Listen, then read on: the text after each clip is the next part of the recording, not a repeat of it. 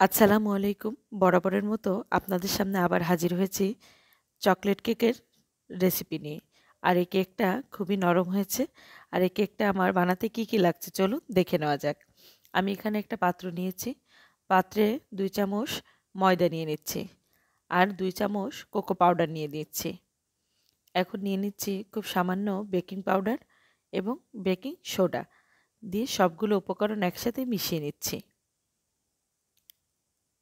আমার সবগুলো উপকরণ একসাথে মিশিয়ে নেওয়া হয়ে গেছে। এখন সাইডে রেখে আমি আবারও একটা পাত্র নিয়ে নিয়েছি এবং এর ভিতরে নিয়ে নিচ্ছি 2টা ডিম।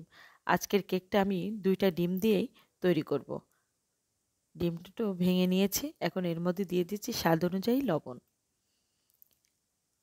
আমি এর আগেও ভিডিওতেও কেক বানানোর রেসিপি দিয়েছি, কিন্তু সেটা আমি চুলায় বানিয়েছি। আজকে আমি ইলেকট্রিক মাইক্রো ওভেনে কেকটা তৈরি করব। এখন এর ভিতরে দিয়ে দিচ্ছি 2 চামচ, মানে বড় চামচের 2 চামচ চিনি দিয়ে ভালোভাবে একসাথে ডিমের সাথে ভালোভাবে ফেটিয়ে নিচ্ছি। এখন দিয়ে দিব পরিমাণ মতো তেল। আমি এখানে সয়াবিন তেল ব্যবহার করেছি। এখন তেলের সাথে ডিমের সাথে আর চিনির সাথে ভালোভাবে ফেটিয়ে নিচ্ছি। আমার ভালোভাবে ফেটিয়ে নেওয়া হয়ে গেছে। এখন এর ভিতরে দিয়ে দিচ্ছি যে কোকো পাউডারটা একসাথে করে মিশিয়েছিলাম, সেটা একটা চাকনির সাহায্যে হাত দিয়ে এরকম করে নেড়েচেড়ে এর ভিতরে অবশিষ্ট ময়লাটা বেরিয়ে এসেছে।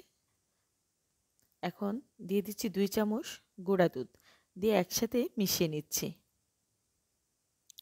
আমি খুব ভালোভাবে একসাথে মিশিয়ে নিচ্ছি। এখন এর ভিতরে দিয়ে দিচ্ছি ভ্যানিলা এসেন্স 1 চামচ দিয়ে ভালোভাবে একসাথে মিশিয়ে নিচ্ছি। আমার কেকের ব্যাটারটা রেডি হয়ে গেছে। এখন আমি এরকম একটা মল নিয়েছি, এর ভিতরে আগে থেকেই তেল ব্রাশ করে কিছু ময়দা ছড়িয়ে দিয়েছি। এখন এর ভিতরে কেকের ব্যাটারটা ঢেলে একটু নেড়েচেড়ে নিচ্ছি। এখন আমি ওভেনের ভিতরে দিয়ে দিচ্ছি। এখানে আমি 20 মিনিটের জন্য 180 ডিগ্রিতে দিয়ে দিয়েছি। কেকটা আমার হয়ে গেছে। এখন নামিয়ে নিচ্ছি। কেকটা গরম অবস্থায় আমি উঠিয়ে নিচ্ছি। আমার ছেলে সবসময় এরকম কেক খেতে পছন্দ করে। এখন কেকটা আমি পিস পিস করে কেটে নিচ্ছি। কেকটা অনেক সফট হয়েছে।